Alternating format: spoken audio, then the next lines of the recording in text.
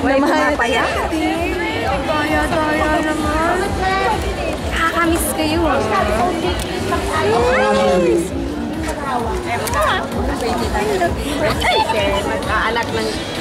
Mag-aanak ng kasal yan.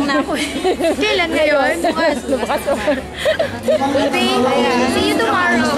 Sa ASAP. Kami ni Auntie Diwa. Mag-aanak ng kasal bago mag-asap. Sino? Sino yung baby?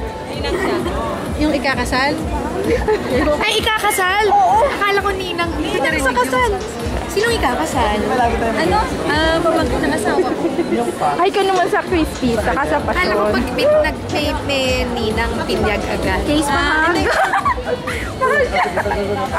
Ano ba?